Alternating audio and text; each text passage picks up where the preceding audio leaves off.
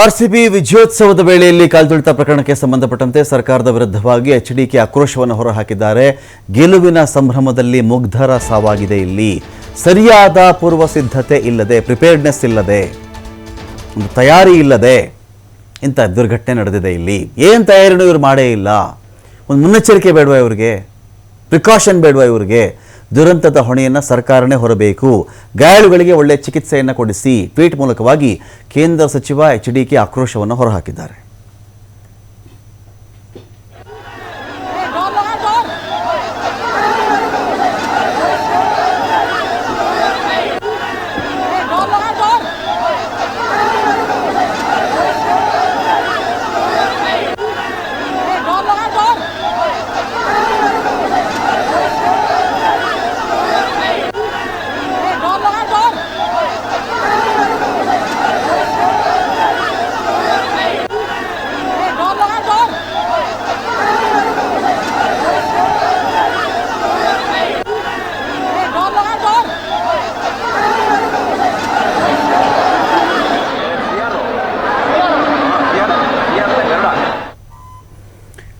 RCB ವಿಜಯೋತ್ಸವದಲ್ಲಿ ಘನಘೋರ ದುರಂತ ನಡೆದು ಹೋಗಿದೆ. ಚಿನ್ನಸ್ವಾಮಿಯಲ್ಲಿ ಕಾಲ್ತುಳಿತಕ್ಕೆ 11 ಮಂದಿ ಸಾವನ್ನಪ್ಪಿರೋದು, 27ಕ್ಕಿಂತ ಹೆಚ್ಚಿನ ಜನರಿಗೆ ಗಾಯ ಆಗಿದೆ.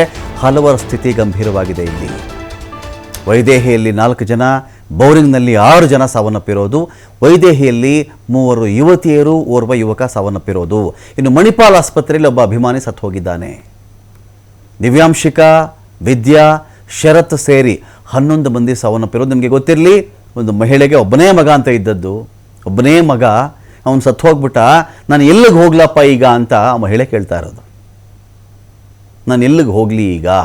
ಇದ್ದದ್ದೇ ಒಬ್ಬ ಮಗ ನನಗೆ, ಅವನ್ನೇ ಕಳ್ಕೊಂಡು ನನ್ನ ಮನೆಗೆ ಹೇಗೆ ಹೋಗ್ಲಿ ಅಂತ ಮಹಿಳೆಯ ಆಕ್ರಂದನ ರೀ.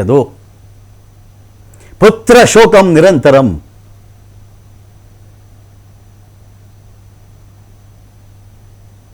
ಅಮ್ಮ ನಡಿಯಮ್ಮ, ಅಮ್ಮ ನಡಿಯಮ್ಮ, ವಿರಾಟ್ ಕೊಹ್ಲಿ ಬಂದ್ಬಿಟ್ಟಿದ್ದಾನೆ ನೋಡ್ಬೇಕಮ್ಮ, ನಾನು ಆರ್ಸಿಬಿ ಫ್ಯಾನ್ ಅಮ್ಮ, ನಾನು ಅಯ್ಯೋ ನನಗೆ ಬಹಳ ಖುಷಿ ಅಮ್ಮ, ನಡಿ ನಡಿ ಅಂತ ಹಿಂಸೆ ಮಾಡಿರ್ತಾರೆ ಮಕ್ಕಳು. ಗೊತ್ತಿಲ್ಲ ಇಂಥ ಒಂದು ದುರ್ವ್ಯವಸ್ಥೆ ನಡುವೆ ಕೂಡ ಇಂಥದ್ದು ಘಟನೆ ನಡೆದು ಹೋಗ್ಬಿಡ್ತವೆ ಅಂತೇಳಿ ಗೊತ್ತಿಲ್ಲ. ತಾಯಿ ಗೊತ್ತಿದ್ರೆ ಬರ್ತಾರೇನ್ರಿ ಮಕ್ಕಳು ಕರ್ಕೊಂಡಲ್ಲಿ? ಎಲ್ಲ ಮನೆಯಲ್ಲೂ ಮಕ್ಕಳು ಹಿಂಸೆ. ಸಾಯಂಕಾಲ ಆದರೆ ಮ್ಯಾಚ್ ಮ್ಯಾಚ್ ಮ್ಯಾಚ್ ಮ್ಯಾಚ್. ಅವನು ಅಷ್ಟು ಹೊಡೆದ, ಇವನು ಇಷ್ಟು ಹೊಡೆದ. ದೊಡ್ಡವ್ರಿಗೂ ಗೊತ್ತಿಲ್ಲ, ಅಷ್ಟು ಮಾಹಿತಿ ಹೇಳ್ತಾ ಇರ್ತಾರ್ರಿ. ಯಾವ ಆಟಗಾರ ಯಾವ ಟೀಮಲ್ಲಿದ್ದ ಹೋದ ವರ್ಷ, ಈಗ ಯಾವ ಟೀಮಿಗೆ ಬಂದಿದ್ದಾನೆ, ಅವನು ಎಂಥ ಬ್ಯಾಟ್ಸ್ಮನ್, ಅವನು ಎಂಥ ಬೌಲರ್, ಅವನು ಹೆಂಗೆ ಆಡ್ತಾನೆ, ಅವ್ನು ನೋಡ್ಬೇಕು, ನಾನು ಕರ್ಕೊಂಡು ನಡೀರಿ, ನಿಮಗೇನು ಪ್ರಾಬ್ಲಮ್ಮು, ನನ್ನ ಯಾಕೆ ತಡೀತಾ ಇದ್ದೀರಿ, ಸ್ಕೂಲ್ ಮುಗ್ದಿದೆಯಲ್ಲ ಬೆಳಗ್ಗೆ, ಮಧ್ಯಾಹ್ನ ಬರ್ತಾ ಇದ್ದಾರಂತೆ ಅವರು ಚಿನ್ನಸ್ವಾಮಿ ಸ್ಟೇಡಿಯಂ ಹತ್ರ, ನಡೀರಿ ನಡೀರಿ ನಡೀರಿ ಅಂತೇಳಿ ಕರ್ಕೊಂಡು ಬಂದು ಮಕ್ಕಳ ಹೆಣಗಳಾದವು. ಇವತ್ತಿಗೆ ಒಬ್ಬ ಡೆಂಟಿಸ್ಟ್ ಓದ್ತಿರ್ತಕ್ಕಂಥ ಹುಡುಗ ಹೆಣ ಆದ. ದಿವ್ಯಾಂಶಿಕ 9ನೇ ಕ್ಲಾಸ್ ಹುಡುಗಿ ಹೆಣ್ಣು ಮಗಳು ಸತ್ತು ಹೋದ್ಲು. ವಿದ್ಯಾ ಸತ್ರು, ಶರತ್ ಸತ್ರು. 11 ಜನ ಮಣಿಪಾಲಲ್ಲೋ ಒಬ್ಬ, ವೈದೇಹಿಯಲ್ಲಿ ಒಂದು 4 ಜನ, ಇಲ್ಲೊಂದು 6 ಜನ ಬೋರಿಂಗಲ್ಲಿ. ಆರ್ಸಿಬಿ ಅಭಿಮಾನಿಗಳ ಮೃತ ದೇಹಗಳ ಸಾಲು ಸಾಲು ರೀ ಇದು ನಾವು ನೋಡ್ತಾ ಇರೋದಿಲ್ಲಿ. ದಿವ್ಯಾಂಶಿಕ ಈ ಹುಡುಗಿ ಹೆಣ್ಣುಮಗಳು 9ನೇ ಕ್ಲಾಸು, ಪೂರ್ಣಪ್ರಜ್ಞಾ ಶಾಲೆ. ತಾತ ಅಜ್ಜಿ ಕೂತ್ಕೊಂಡು ಕಣ್ಣೀರು ಸುರಿಸ್ತಾ ಇದ್ದಾರೆ ಬೋರಿಂಗ್ ಆಸ್ಪತ್ರೆ ಗೋಡೆ ಹೊರಕೊಂಡು. ಹೇಗೆ ತರಬೇಕು ಈ ಹೆಣ್ಣು ಮಗಳನ್ನು ಇವಾಗ ಜೀವಂತವಾಗಿ ಮತ್ತೆ ವಾಪಸ್ಸು? ಆಗುತ್ತಾ? ಸಾಧ್ಯನಾ?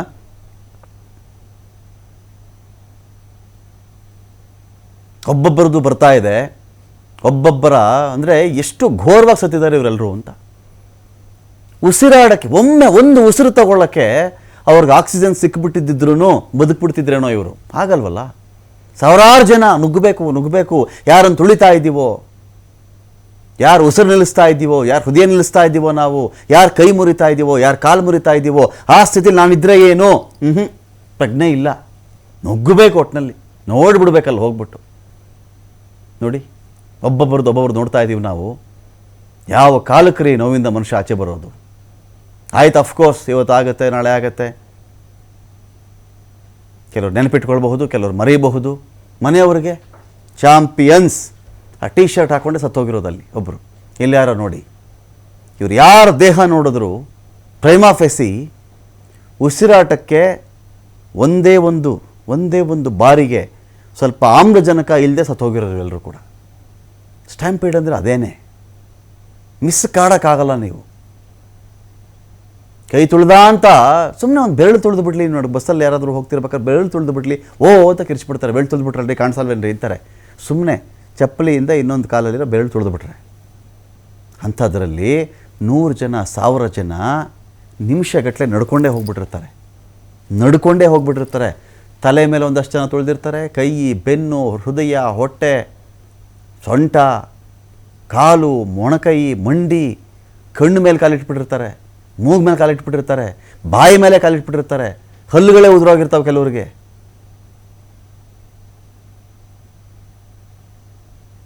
ಅಷ್ಟು ಘೋರವಾಗಿ ಇಷ್ಟು ಜನ ಸತ್ತಿರ್ತಾರೆ ಇಲ್ಲಿ. ಮೊದಲಿಗೆ ಉಸಿರಾಟ ನಿಂತಿರುತ್ತೆ, ಹೃದಯ ಸ್ತಂಭನ, ಆಮೇಲೆ ಅಷ್ಟೇ. 11 ಜನ ಹೋದ್ರಿ ಇವತ್ತು. RCB ಸಂಭ್ರಮಾಚರಣೆ ರದ್ದಾಯಿತು ಚಿನ್ನಸ್ವಾಮಿ ಸ್ಟೇಡಿಯಮಲ್ಲಿ. 11 ಬಾಡಿಗಳು ಈಗಲೋ ಆಗಲೋ ಮನೆ ಕಡೆ ಹೋಗ್ತವೆ. ಸಂಸ್ಕಾರಕ್ಕೆ ರೆಡಿ ಮಾಡ್ಕೊಳ್ಬೇಕು. ಪೋಸ್ಟ್ಮಾರ್ಟಮ್ದೆಲ್ಲ ಒಂದಷ್ಟು ವಿಷಯ ಇರುತ್ತೆ, ಇರಲಿ. ಪೋಸ್ಟ್ಮಾರ್ಟಮ್ ಎಲ್ಲ ಆಗಬಹುದು, ಆಮೇಲೆ ಮನೆ ಕಡೆ ಹೋಗ್ತವೆ. ಕಾರ್ಯಕ್ಕೆ, ಸ್ಮಶಾನಕ್ಕೆ, ಆ್ಯಂಬುಲೆನ್ಸ್ಗೆ, ಸಂಬಂಧಿಕರಿಗೆಲ್ಲ ಹೇಳಬೇಕು, ಬರಬೇಕು, ಒಂದಷ್ಟು ಜನ ನೋಡಬೇಕು. 3 ದಿನಕ್ಕೊಂದು ಕಾರ್ಯ, 11 ದಿನಕ್ಕೊಂದು ಕಾರ್ಯ, 13 ದಿನಕ್ಕೊಂದು ಕಾರ್ಯ. ಆಯಿತು. ಚಿತಾಗಾರ, ಸ್ಮಶಾನ ಮುಗೀತಲ್ಲ. ಇಷ್ಟು ಲೈಫ್ ಕೇರ್ಫುಲ್ಲಾಗಿರಬೇಕು ಅನ್ನೋದು ಇದಕ್ಕೇನೆ.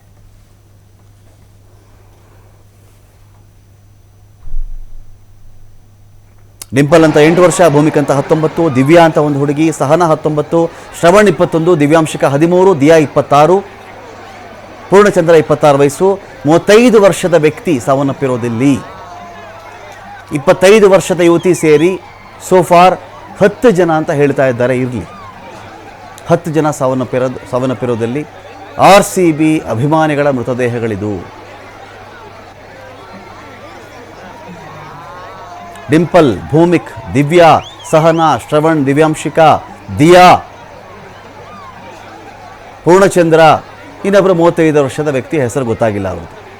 ಇಷ್ಟು ಜನಗಳ ಸತ್ತು ಹೋಗಿದ್ದಾರೆ ಅಂಥೇಳಿ ಪ್ರಾರಂಭಿಕ ಹಂತದ ಮಾಹಿತಿ ನಮಗೆ ಸಿಗ್ತಾ ಇದೆ.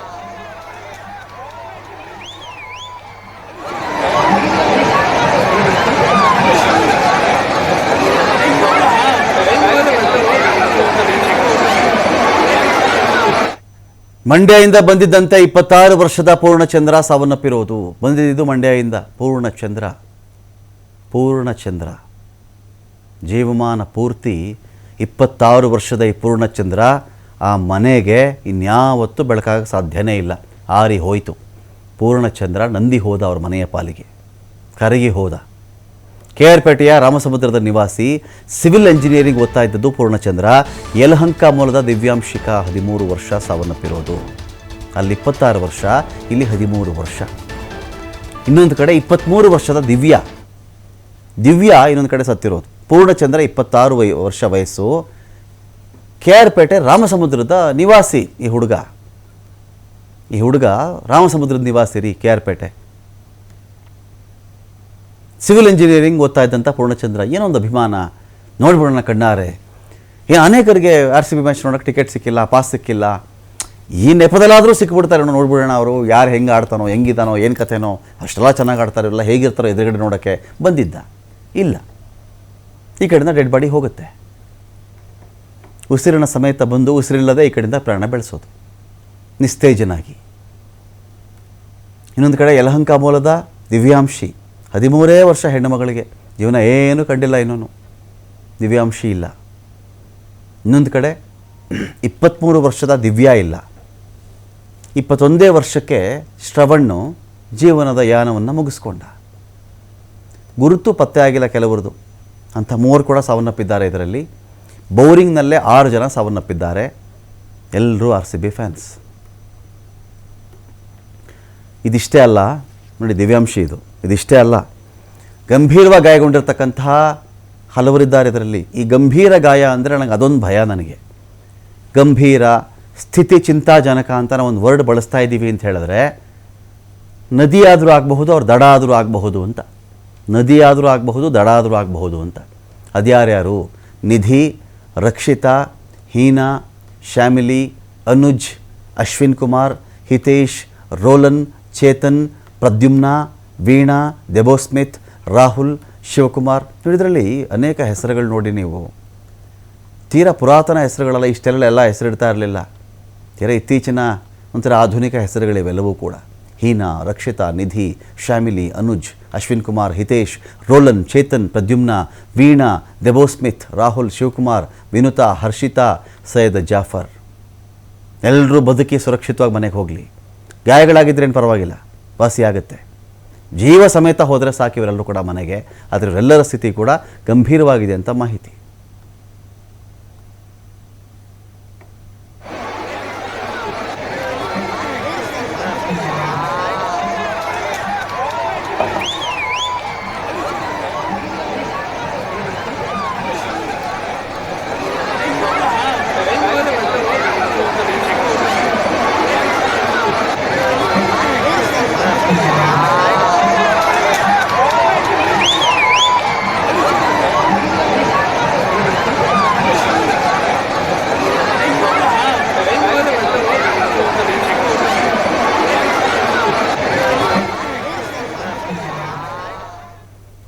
ಡೀಟೇಲ್ಸ್ ಕೊಡೋಕ್ಕಿದೀಗ ಶಶಿಕುಮಾರ್ ಇದ್ದಾರೆ ಮಂಡ್ಯದಿಂದ. ಶಶಿಕುಮಾರ್, ಪೂರ್ಣಚಂದ್ರ ಕೇರ್ಪೇಟೆಯಿಂದ ಬಂದಿದ್ದಂಥ ಹುಡುಗ, 26 ವರ್ಷ, ಸಿವಿಲ್ ಇಂಜಿನಿಯರಿಂಗ್ ಮಾಡ್ಕೊಳ್ತಾ ಇದ್ದ, ಕೇರ್ಪೇಟೆ ರಾಮಸಮುದ್ರದ ನಿವಾಸಿ.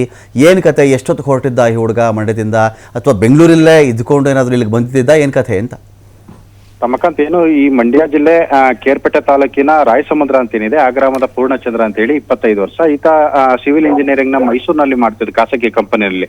ಸ್ನೇಹಿತರ ಜೊತೆನಲ್ಲಿ ಒಟ್ಟು ಒಂದು 5-6 ಜನ ಸ್ನೇಹಿತರು ಒಟ್ಟಿಗೆ ಮೈಸೂರಿನಿಂದ ಇವತ್ತು ಬೆಳಿಗ್ಗೆನೆ ಏನು ಬೆಂಗಳೂರಿಗೆ ಬಂದಂತವ್ರು. ಬೆಂಗಳೂರಿನಲ್ಲಿ ಏನೋ RCBಯ ಸಂಭ್ರಮೋತ್ಸವದಲ್ಲಿ ಪಾಲ್ಗೊಳ್ಬೇಕು ಅಂತ ಹೇಳಿ ಆ ಚಿನ್ನಸ್ವಾಮಿ ಕ್ರೀಡಾಂಗಣಕ್ಕೆ ಬಂದಂತ ಸಂದರ್ಭದಲ್ಲಿ ಕಾಲ್ತುಳಿತಕ್ಕೆ ಒಳಗಾಗಿ ಮೃತಪಟ್ಟಿರ್ತಕ್ಕಂಥದ್ದು. ಈ ಘಟನೆ ತಿಳಿಸಿದಂತೆ ಈಗ ಆ ಕುಟುಂಬಸ್ಥರ ಆಕ್ರಂದನ ಕೂಡ ಮುಗಿಲು ಮುಟ್ಟಿರ್ತಕ್ಕಂಥದ್ದು. ಗ್ರಾಮದಲ್ಲಿ ಒಂದ್ ರೀತಿ ನೀರೋ ಮೌನ ಕೂಡ ಆವರಿಸಿರ್ತಕ್ಕಂಥದ್ದು. Ramakant. Okay, thank you Shashikumar.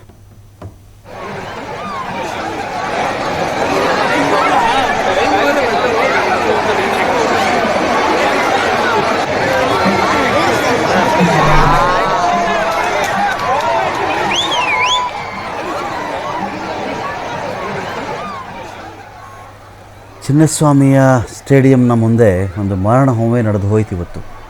ದುರಂತ. ಸಾಲಾಗಿ ಹೆಣಗಳು ಬಿದ್ದು ಹೋದ್ವು ಇವತ್ತಿಗೆ.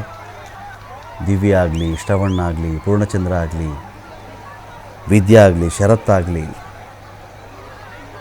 ಒಬ್ಬ ಇನ್ನೂ ಪರಿಚಯನೇ ಸಿಕ್ಕಿಲ್ಲ, ಗುರುತು ಪರಿಚಯ ಸಿಕ್ಕಿಲ್ಲ ಆ ವ್ಯಕ್ತಿ ಆಗಲಿ, ಸತ್ತು ಹೋದ್ರು ಎಲ್ಲರೂ ಕೂಡ. ನೋಡಿ, ಹುಡುಗ ಮಂಡ್ಯದಿಂದ ಬಂದಿದ್ದಂತೆ ಪೂರ್ಣಚಂದ್ರ, ರಾಯಸಮುದ್ರದ ಹುಡುಗ, ರಾಯಸಮುದ್ರ ಅಂತ ಅಲ್ಲಿನ ಹುಡುಗ, ಸಿವಿಲ್ ಇಂಜಿನಿಯರಿಂಗ್ ಓದ್ತಾ ಇದ್ದದ್ದು.